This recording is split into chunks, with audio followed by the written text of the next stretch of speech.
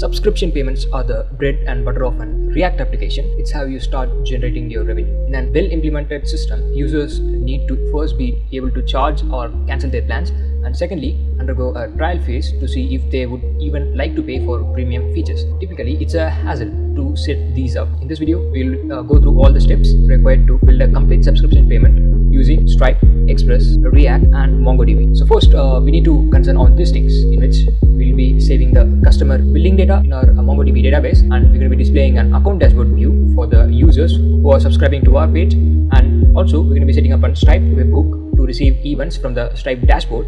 And finally, we are going to be updating the plan details when a customer pays successfully. So this is the website that we are going to be creating in this video. So it's asking for email, and if I click on sign in, so it's going to be redirecting me to the account dashboard in which you can subscribe the payments below. So for now, let me use this one, which is a basic for $10, and of course you need to set the price values for this, but I had used a different price ID in order to make this pretty cool. So you can add the promotional code over here, but again, it's customizable. You can add promotional codes, and also you are getting this I agree to the terms and policies and privacy policy. So if you want this, you can keep this, or you can remove all these things. So let me use an example card over here, and if I click on subscribe, it's going to be redirecting me to the login page.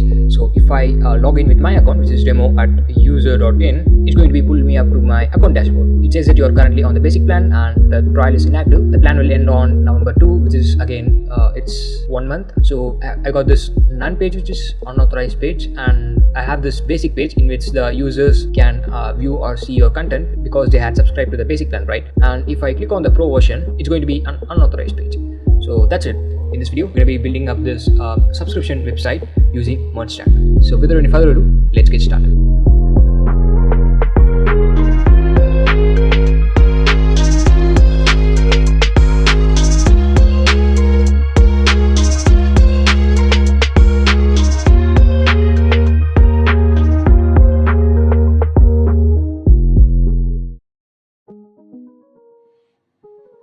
Alright, so I'm in my Visual Studio Code, which I'm going to be using it for coding down this project, and I'm going to be opening down my terminal.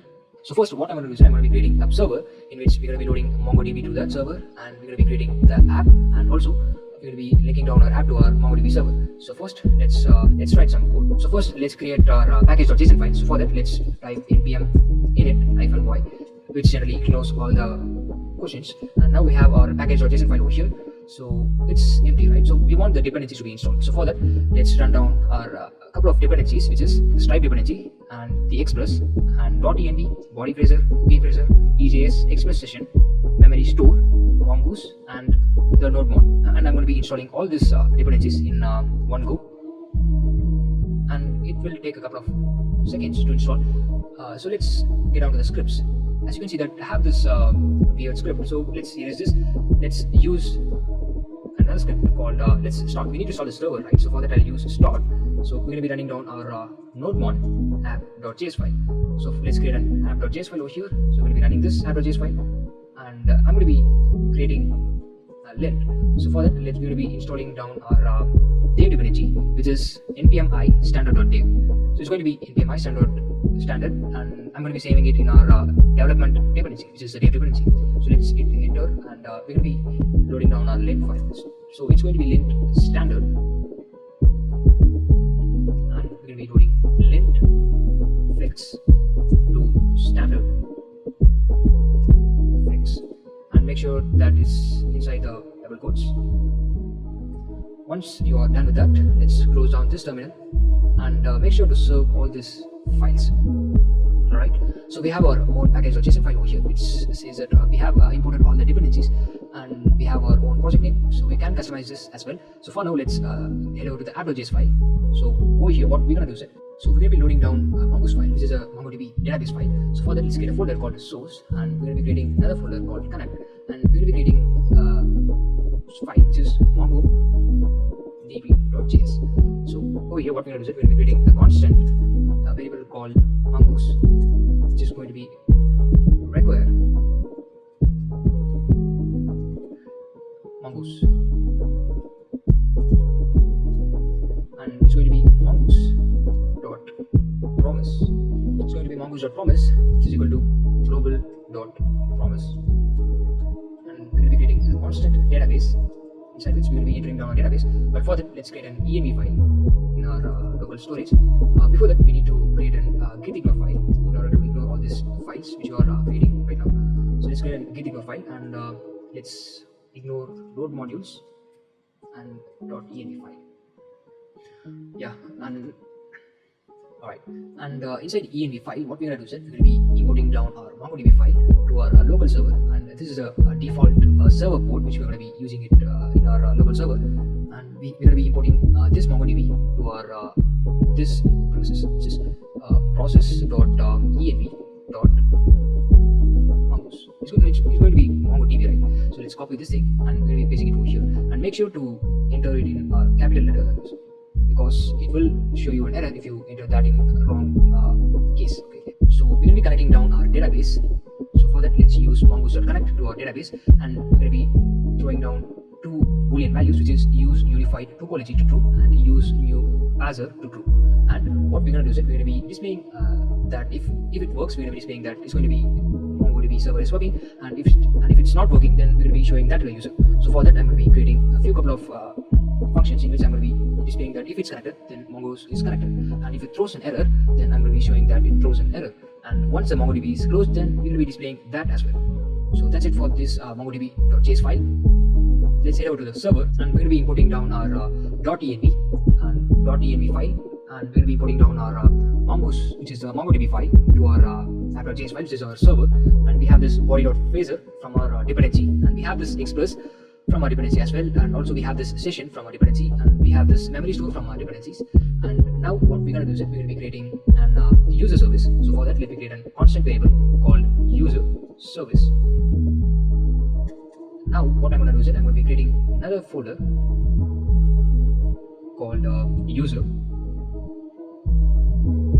So inside user, I'm going to be creating an index.js. Inside which I'm going to be importing down my user service file over here. So we have this user model and user service, right? So we're going to be creating new files over here, which is user.model.js, and I'm going to be creating another file called user.service.js. So inside user-service.js, what we're going to do is that we're going to be adding a couple of functions. This is adding users, like constant add user, and if we are getting that user, then we're going to be connecting the email, billing ID, and plan from the user. If the user failed to provide that, then we're going to be throwing down an error over here. And we have this function which is get users. So we're going to be getting down our current user ID from reference ID. So we're going to be linking down our user's email to our Stripe email, so that the payment won't get collapsed. And we have this constant user by email. We're going to be collecting the email over here, and we have this user billing ID. We're going to be collecting down billing ID over here, and the plan over here. So we're going to be exporting all this to our respective functions. And we have this user model.js, in which we're going to be creating database schema over here. So for that, let's create a constant mongoose, which requires mongoose file over here. Inside, we're going to be importing that mongoose from our node modules, and we're going to be creating a schema out of it. We're going to be creating a constant variable called user schema, in which we're going to be loading down our data file over here. And you can add more data files over here, but for now, let me end up with something like this. And I'm going to be exporting this user model, which is I have linked my user model to my mongoose, and we're going to be using this user, which is nothing but the current user. It's a database collection name over here. We're going to be storing this data inside user collection inside the MongoDB database. So we're going to be exporting that to user model, and now we have our user model and user service. So let's head back to our app.js file. Now what we're going to do is that we're going to be importing down our user service. So for that, let's set on require, which is require. We're going to be importing down our user file, which is .source. It's going to be user, that's it. And now what we're going to do is that we're going to be adding Stripe. So for that, let's create a folder inside our source folder, and we're going to be calling it as Stripe. And let me close this for a while. And inside Stripe folder, it's going to be Stripe file name. It's going to be file name inside the connect folder, so that it will be easier to connect Stripe.js. And inside Stripe.js, what I'm going to do is that I'm going to be loading down my Stripe.js file from our Stripe modules, and we're going to be initializing that with our Stripe secret key, which we're going to be using it in our env local file, which will you need to add down your Stripe secret key over here. So I'll add my my Stripe secret key over here. For now, let me skip this part and let's head back to our stripe.js file. Now, what we're going to do is we're going to be creating down a checkout session, and inside which we're going to be getting down a customer ID and a price. We had declared price over here, and the price is not required because we are going to use product IDs. So let's, but anyway, we're going to be importing that price over here. And if you want to build something different other than this, then this price will help you. So I'm going to be setting down my mode to subscription, and if you want to change it down to payment, it's fine. You can change this as well. And I'm going to be setting down my payment method types to card, and I'm going to be initializing my customer ID with customer and link line items to price. I'm going to be setting down my price and the quantity to 1 as the default one. And if you want to customize this, you can change this as well.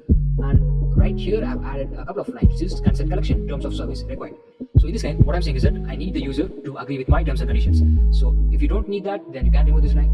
So also I had added the promotional codes in order to change down my base value, and we have this success URL and the cancel URL. So we're going to be using that env file later, but for now I'm going to be returning down my session. And what I'm going to do is that I'm going to be creating another constant variable called create billing session, in which I'm going to be returning down a URL to somewhat around localhost 4242. And we're going to be creating another constant value called get customer ID by ID, and we're going to be fetching down our customer ID. And now what we're going to do is we're going to be adding down our new customer, and we're going to be fetching down their email and the description. And we're going to be creating a webhook over here. So for that, let's create a constant variable called create webhook, and let's load down our significant webhooks. So I had declared and Stripe Webhook over here. Let's discuss that later. But for now, let's copy that thing and let's paste it over here. And let me say it's to be reviewed.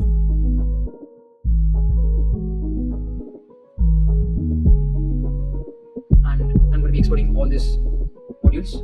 So for that, let me use module.export, and I'm going to be exporting all these constant variables. And I'm going to be exporting all these constant variables. And now let's head over to our app.js file. And now we're going to be importing down our Stripe over here. Alright, to check whether the user has subscribed to our course or not. So for that, let's create a folder called Middleware, and inside which I'm going to be creating hasplan.js, and I'm going to be creating another file called setCurrentUser.js. So inside hasplan.js, so if the user doesn't have a plan, then we're going to be redirecting the user to unauthorized page, which is generally a 404 page. And we have this setCurrent.js file. So inside setCurrent.js file, what we're going to do is we're going to be importing down our user service, and from our user file which we had exported over here. So we're going to be importing user service from that, and we're going to be setting down our current user over here in order to make the Stripe payments. So let's get back to our app.js file, and let's import the setCurrentUser and hasplan. Now let's create a constant app called express, in which we're going to be using down our session, and we're going to be creating down a cookie. We're going to be setting down its maximum age to somewhat around this value. So we're going to be storing down to our new memory store, and we're going to be setting resave value to false in order to secure the database. And we have this secret keyboard cat. And now what we're going to do is we're going to be using webhooks to throw callback functions, and we have this app.use body phaser.json file. We're going to be saying that inside the database in an JSON format, and we have this URL encoded, which is extended to be true. And we're going to be using the app with express static, and we're going to be using that to our public folder. So let me create a public folder over here. So inside which I'm going to be importing a file. Alright, so now we have this file manager over here. So now let's import down our views and public folder. So the views contains this basic template using static HTML. So I had used EJS and static template engine, which is used to import down my static HTML files to our React.js. And we have this public folder in which I have this logo over here and my CSS, also my JavaScript file. So inside account.js, we have this constant publishable key. You need to change this publishable key in order to run this app. And we have this constant Stripe publishable key, and we have this load checkout buttons. So we're going to be fetching down our session from /checkout, which is going to be localhost 3000 /checkout. So we're going to be posting down our customer ID, billing ID to that server, and you can find this document in Stripe document official site. So again, it's down in my source code as well, so you can use that. And now I had used app.engine, which is going to be HTML, and require EJS.render. So I had used that template engine, right, which is EJS. So the basic format is generally HTML. So I had imported my static HTML file inside the EJS file, which is a template engine, which I'm going to be using it for running down my JavaScript functions. Okay, so you can see that it's a basic HTML template. We have this template over here. So it's just a basic template, right? I have this little IDs over here, which is Stripe subscription, and we have this basic HTML template. Again, you can find this thing in our source code. So let's get back to our app.js file. So now what we're going to do is we're going to be creating a price map, which is a product.price map. So we're going to be loading down our basic price map and also the basic pro price map.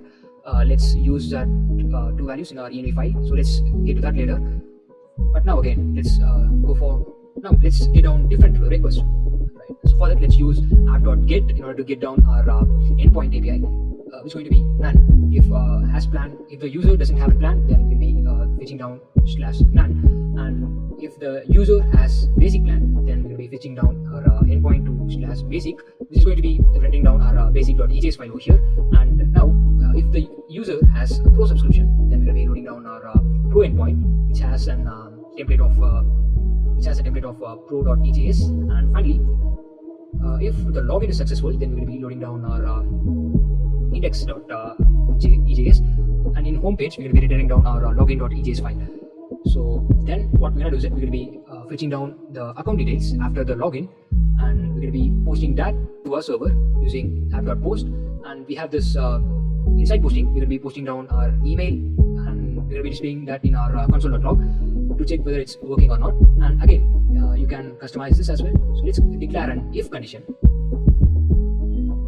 So we're going to be getting an if condition in which we're going to be telling that user, if the email isn't registered, then we're going to be asking the customer to make an email. And for that, let's declare an else condition inside which I declare this is trial, right, in order to enable the trial days. So you can enable this as well, but if you don't need, then you can erase this part as well. And we have this another if condition, which is if trial is expired, then we need to charge down our customers, right? So for that, let me use if is trial expired, then we're going to be showing the console.log trial expired, and we have this customer.hasTrial is equal to false. And what we are generally doing here is that we're going to be setting down our customer value. That is, we have this hasTrial field in our database. So we're going to be setting that value to false, and then we're going to be charging down our user. After signing up, we need to redirect the user to the account page, which is over here. So we need to redirect the user, and now we have this post endpoint, right? We have this post endpoint over here. Now let's create a checkout post endpoint. So let me create an post, and the endpoint is checkout. So we'll be creating an checkout session over here, and we're going to be declaring a few constant, which is constant customer, which is equal to the required customer, and we'll be setting down its product, the customer ID, and the price as well. And make sure that you are setting that price over here, but we are using the basic plans, right? Basic and pro plans, right? So for that, I'll leave this price as such. And let me create a try catch method in which we're going to be creating down our checkout session using customer ID and the price. And we have this constant EMS, right? We have this new date, which is going to be generally fetching down our date and the time. And we have this condition, which is the process.env.trial days. So if you enter the trial days over here, you can the trial days will be running as such. So for that, we're going to be multiplying that trial days with 1000 into 60 into 60 into 24. And we have this constant n, which is new date, and we are initializing this ms with our constant variable n. And we have this customer plan, which is equal to the product, and we have this as trial is true, and the end date is equal to none. And we're going to be saving the customer. So for that, I have used the customer.save method, and we have this rest send in order to send the session ID to our database. And we have this catch, which is going to be generally loading down our error message over here. And let's try creating some other endpoints. This is a billing endpoint and the webhook endpoint in order to call back the JavaScript functions. And we're going to be declaring a constant called data, in which we're going to be loading down our event.data. And here, what we're going to do is we're going to be showing that in our log file. So for that, we declare console.log, and we have this event, right? So we'll be using that event.type, which is going to be the data. So then what I'm going to do is I'm going to be creating a switch case in which, so I'm going to be adding a few cases over here, which is if the user is created, then we're going to be stating that the user is created, and if the user asks the invoice.paid, then we're going to be redirecting the user to the invoice paid or the manage billings settings. And we have this customer subscription.created. So this is a main case in which we are storing down our data in our database, and if the user is created, then we have this user.plan, which is going to be basic, and we are setting the user's data, we are setting the user's plan to basic over here. So it's initially none, and it's going to be basic. So over here, as you can see, that the initial value of the user is set to be none. This is the plan of the user is set to be none. And over here, if the user pays on the basic item, then we're going to be setting the user. Similarly, we're going to be adding that for pro and for the trial and the end dates. Also, we're going to be loading an await user.save. We're going to be saving that to the database, and we're going to be breaking down this case. And all these things will be under this customer subscription created. Okay. And now what we're going to do is we're going to be creating a replica of that case, in which we're going to be creating a customer.subscription.updated. If the user has updated his subscription, then we're going to be changing the subscription values. So if the user changed it to basic, then we're going to be setting that to basic, and if he changed it to pro, then we're going to be setting that to pro as well. And also the trial settings, and if the user is cancelled, then we're going to be cancelling down the subscription, and we're going to be setting down our user plan to none. And we have this console.log in order to monitor the payment status. And finally, we need to enter a default keyword over here, and we need to send this status, right? So for that, let me use res.send status to 200, and let me close this. And now we're going to be declaring down our constant ports, which is going to be 4242, and I had declared I'm listening on this port value. And now over here, what we're going to do is we're going to be adding the product basic value, and you need to enter down your price ID value over here, and you need to enter down your product pro, which you need to create another product ID for this. And we have this MongoDB server over here, which had declared over here. So let me use this thing. And now we have this Stripe Webhook secret, so we're going to be generating that as well. And we have this trial days of 14 days. But for now, let me remove this thing. So I'll be setting that to something like 0, or if you don't need that, if you can remove that as well. Now we have this local port to 4242, which is going to be the domain of our server. Now let's see how to generate this Stripe secret key. So for that, we have this Stripe official website over here. Let's go to the dashboard, and we have this stuff over here. So you need to enable this test mode in order to run this thing, and you have to search for the API keys, which is going to be in the developer section /API keys. So over here you have this secret key over here, and if you reveal this, you can get the Stripe secret key, and you can paste it over there. And make sure to add your publish key into your account.js file over here. Make sure to add that as well, or else the code won't work. Now let's get back to our env file. Now we have this Stripe Webhook secret, right? So I have declared that already. Let me remove that. So we have this, right? So what we're gonna do is that open up your PowerShell, and you need to install Scoop. So here's our official documentation. So let's install Scoop using this command. So right click on it, or just paste that over here.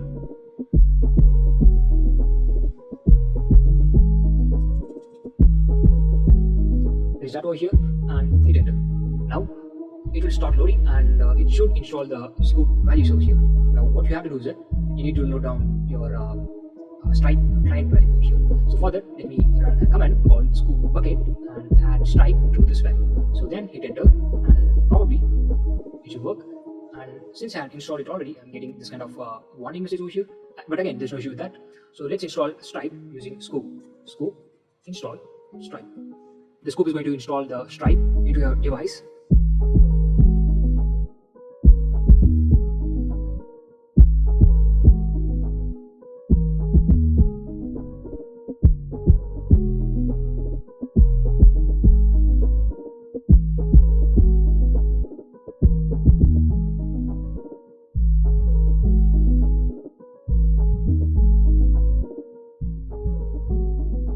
In order to generate the webhooks, you need to don't copy this, just head over to this path and type in PowerShell, and you should probably open up the Windows PowerShell. And now what you have to do is that you need to log in down with your Stripe, and once you're done with that, you need to run down this command, which is Stripe listen forward to the localhost 4242/webhook, and it's going to be checking down the new version, and it's going to be showing down you the secret webhook key over here, and just copy this thing and paste it to your client, and that's it. And now let's open up our database. So let's connect that with our server. So let's connect that using now let's run npm start in our server. Npm, it's going to be npm start. So let's get to the server.